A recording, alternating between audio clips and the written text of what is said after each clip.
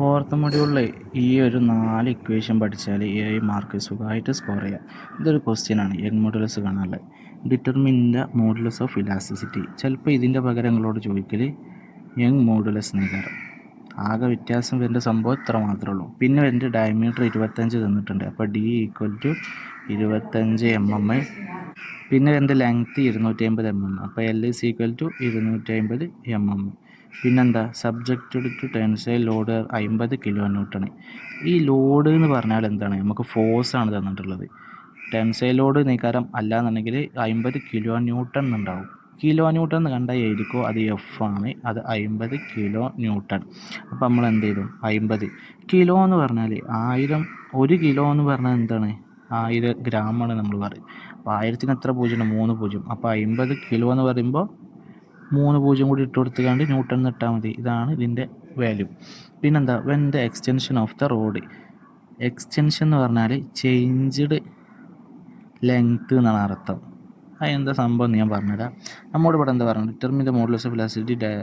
എന്ത് തന്നിട്ടുണ്ടാവുമോ? സ്റ്റീൽ റോഡിൻ്റെ കാരം, അല്ലെങ്കിൽ സ്റ്റീൽ സ്പെസിമെൻ, അല്ലെങ്കിൽ ബ്രാസ് റോഡ്.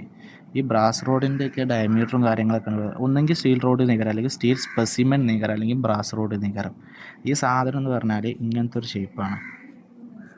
ഇതിൻ്റെ ഡയമീറ്ററാണ് 25, ലെങ്ത്ത് 250.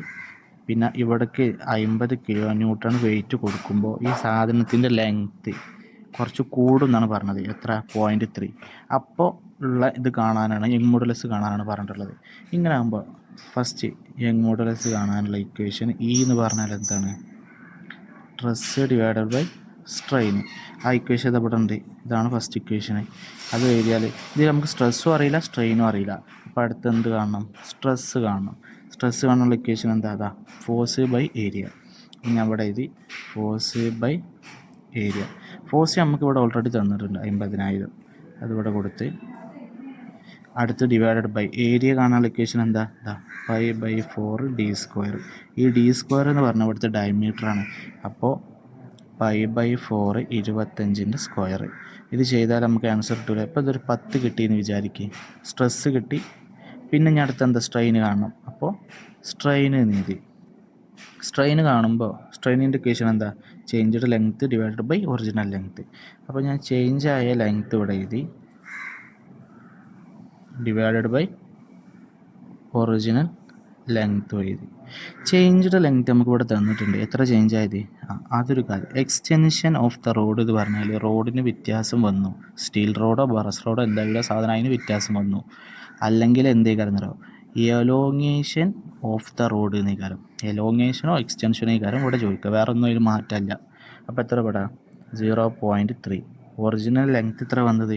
250 mm. നമ്മൾ 250 ഇവിടെ കൊടുത്തു. നമുക്കിതെന്ത്? ഇതൊരു 5 കിട്ടിയെന്ന് വിചാരിച്ചോ. ആൻസർ കിട്ടിയില്ല. സ്ട്രെയിനും കിട്ടി, സ്ട്രെസ്സും കിട്ടി. പിന്നെ നമുക്ക് ഈ എന്ത് ചെയ്താൽ മതി? സ്ട്രെസ്സ് ഡിവൈഡ് ബൈ സ്ട്രെയിൻ എന്ത് ചെയ്താൽ മതി?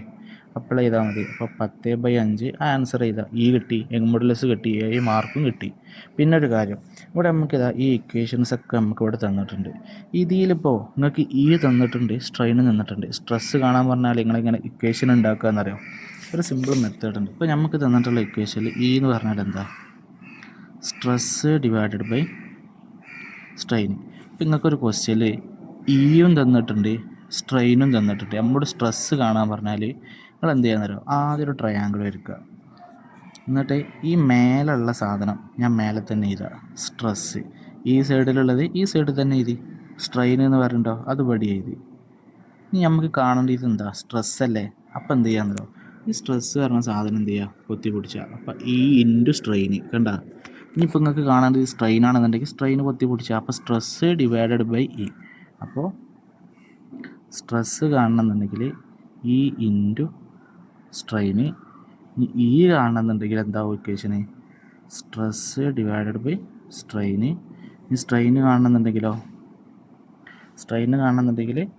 സ്ട്രെസ്സ് ഡിവൈഡ് ബൈ ഇങ്ങനെയാണ് എപ്പോഴും വരിക. ഇതിൻ്റെ ഓറായിട്ടാണ് എന്ത് ചോദിക്കുക? വോയിസ് റേഷ്യോൻ്റെ പ്രോബ്ലം ചോദിക്കുക. അതിൽ കുറച്ചും കൂടി ഇക്വേഷൻസ് ഉണ്ട്, അത്ര വരുന്നുള്ളൂ. ആ പ്രോബ്ലം ഞാൻ ചെയ്ത് കാണിച്ചില്ല. ഇത് പഠിച്ച് ഇതിൻ്റെ ഓറേ മറ്റേത് ചോദിക്കുള്ളൂ. അത് ഇതിൽ ആകെ ചോദിക്കുന്നത് ഈ സ്റ്റീൽ സ്പെസിമെൻ്റോ സ്റ്റീൽ റോഡിനെ പറ്റി മാത്രമേ ചോദിക്കുള്ളൂ. ഇത് പഠിച്ചാൽ തന്നെ 7 മാർക്ക് കിട്ടും. ഇത് പഠിച്ചണ്ടെന്നല്ല, ജസ്റ്റ് പാസ്സാവുള്ളവർക്ക് ഇത് മതി.